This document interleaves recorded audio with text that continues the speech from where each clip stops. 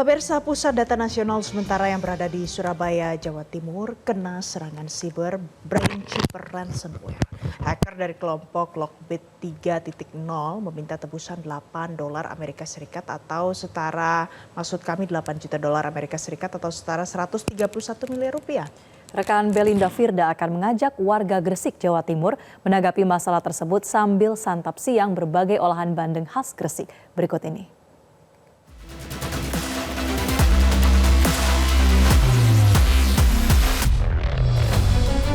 Pelayanan imigrasi kalang kabut imbas serangan siber terhadap server Pusat Data Nasional yang terdeteksi mulai dibobol pada 17 Juni. Baru 24 Juni pemerintah minta maaf ke publik dan mengakui adanya serangan siber Brainchipper ransomware terhadap Pusat Data Nasional Sementara PDNS di Surabaya. 210 instansi pemerintah di pusat dan daerah terdampak. Peretas dari kelompok kejahatan siber Lockbit minta tebusan $8 juta Amerika Serikat, setara 131 miliar rupiah. Hingga sepekan, server PDNS belum juga pulih.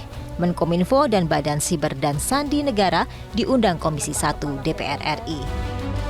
Dari rapat kerja, diketahui hanya 2% data yang terbackup.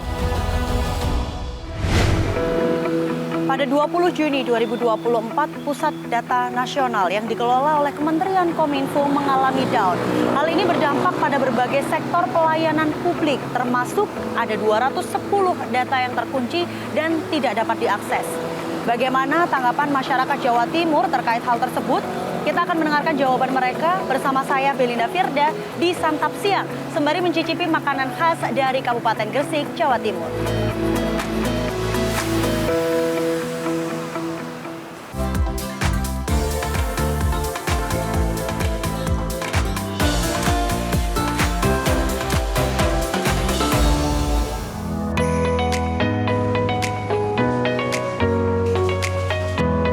Elano Cafe di Jalan Veteran nomor 100 Gresik menawarkan beragam makanan dengan cita rasa unik, yakni berbagai olahan ikan bandeng khas dari Kabupaten Gresik. Menariknya, menu makanan dan minuman yang dijual di sini adalah menu makanan Western dan Asia, namun dengan tetap mempertahankan cita rasa otentik. Di antaranya bandeng teriyaki, fish and chips, oglio olio, dan gyoza. Selain itu, kafe ini juga menyajikan beragam minuman berbahan legen khas Gresik pula. Anda bisa menikmati desain kafe yang kekinian dengan makanan khas Gresik yang naik kelas.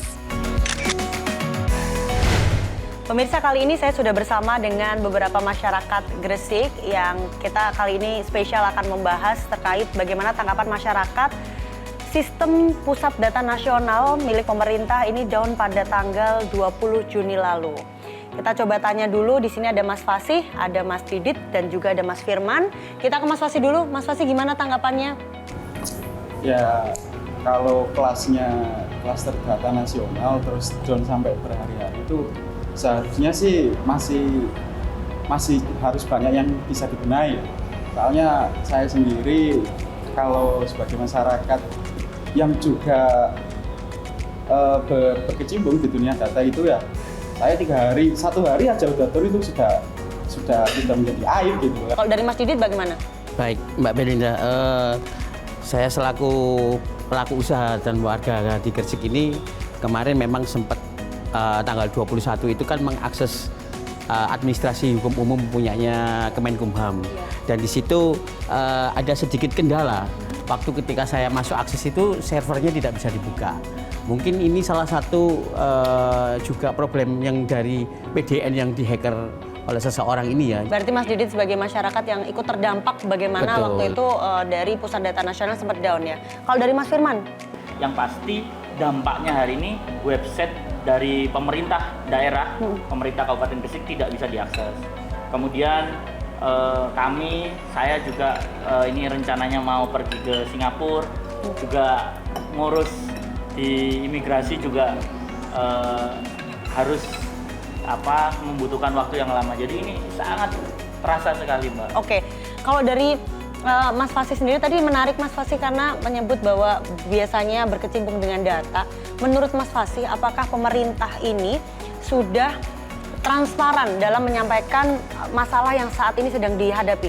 Sebenarnya itu kan kalau di dunia database itu kan ada yang namanya high availability. High availability itu kemampuan sebuah server untuk terus live, untuk terus ada, sustain, meskipun toh dia diserang berjuta-juta traffic, berjuta-juta virus atau apa.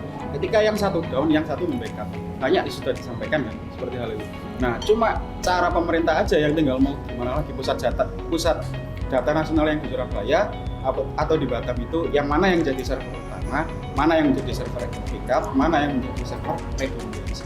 Oke, Mas Fasih, terima kasih. Terakhir mungkin singkat aja dari Mas Firman, harapannya ke depan bagaimana pemerintah menyikapi pusat data nasional atau secara keseluruhan sistem yang dipunyai oleh pemerintah? Banyak masyarakat atau banyak milenial Indonesia ini yang mereka itu sangat pinter ya dalam dunia teknologi.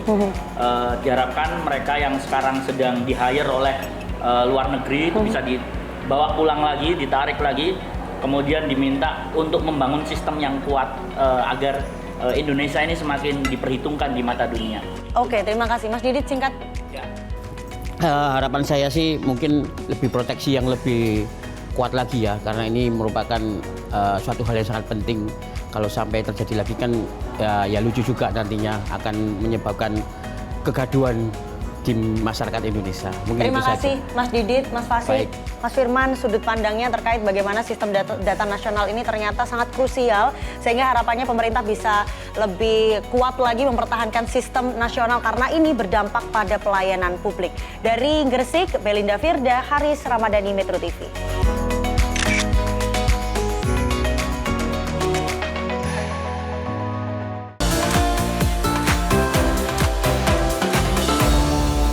Jelajahi cara baru mendapatkan informasi. Download Metro TV Extend sekarang.